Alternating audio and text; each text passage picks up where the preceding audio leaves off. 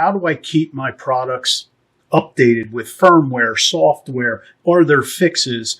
AMG now has a new website, or a website that technicians can go to get this information?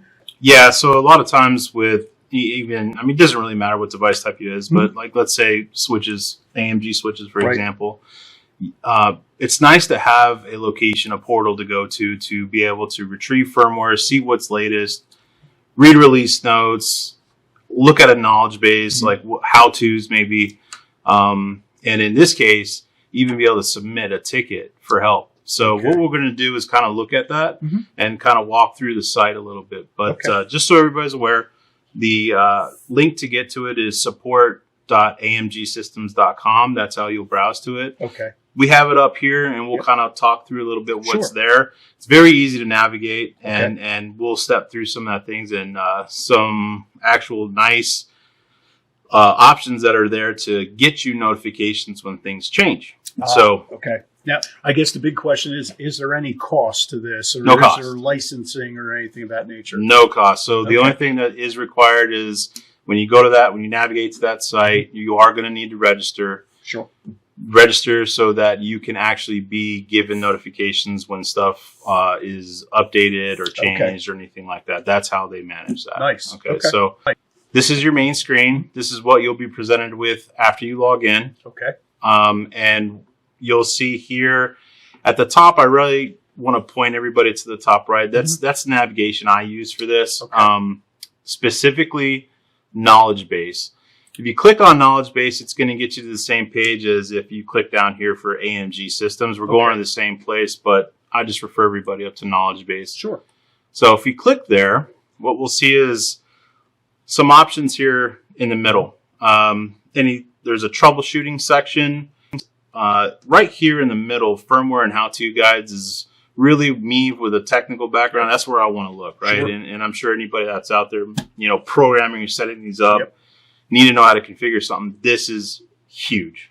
So what you can do, if you look at this just at face value, there's a follow option over here. And I want everybody to just keep note of that, okay? So follow in this portal, when you follow something on the page you're on, you will be given notifications via email on anything that's updated. So if you want to get granular on what you actually want updates on, we want to drill down. We'll kind of go through that, right? So if there's just an update, anything on AMG, again, I don't want to get 300 emails a day, but I want specific part number. You can get into that. That's awesome. Now, if you want to have your email inbox flooded, you can, but we'll show you how to do that. So if we just click on firmware, we're then presented with the different series of switches, right? So let's say we're working with the 570.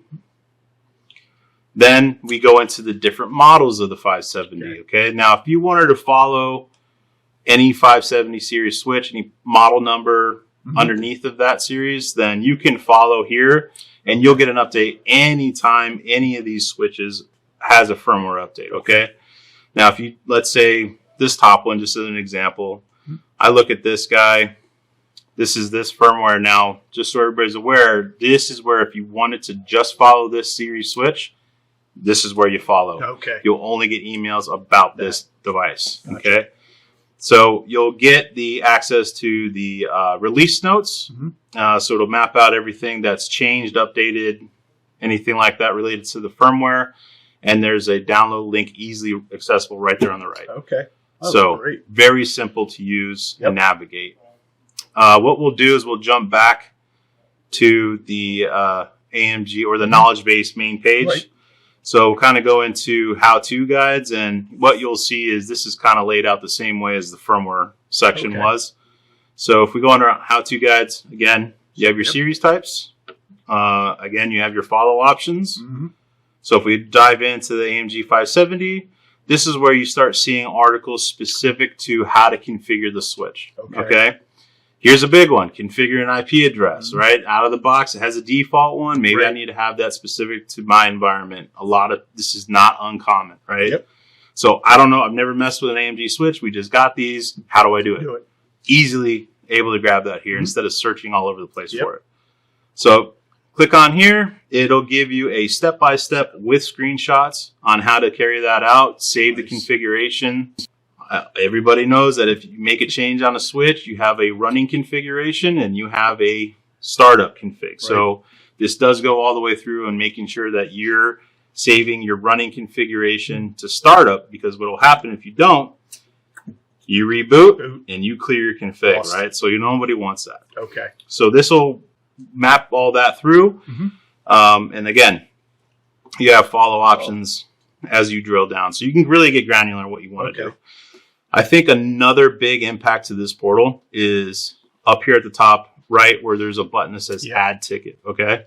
If I click on that, so what you can do is in this submit a ticket window, you can put in the subject, what device am I working on, or whatever the topic is. The type is going to give you a drop down. What kind of issue is this? Is it product, tech support, just a product query, anything like that. Yeah, it kind of helps with once the AMG group receives this, they know how to delegate it to who's going to be responsible for responding. Yeah. So you can submit that there. Anything that you submit on this open ticket page, when you come back to my area, this page here, I don't have any tickets in currently. I haven't had any issues, right? So if I did, I can actually track and see what the statuses of my tickets are. Nice. So I feel in general, it's very important for people to be aware that this exists, instead of going out there trying to figure out, what firmware is out there, what's current, what's getting fixed. It's easily right here, and you can be notified automatically. Exactly. So, it's so you're proactive. not looking. Yes. Exactly. Yeah.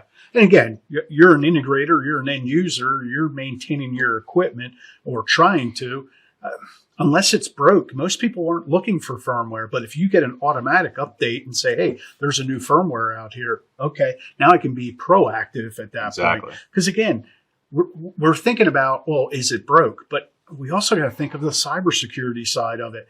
It could be firmware on things of that nature to make sure your switches and your gear are even that more secure from the outside world. So you got to think a little bit more than, it's working. I guess I don't need to do anything to it. Exactly. And at that point, you can make the determination. Is it a recommended update? Is it high priority?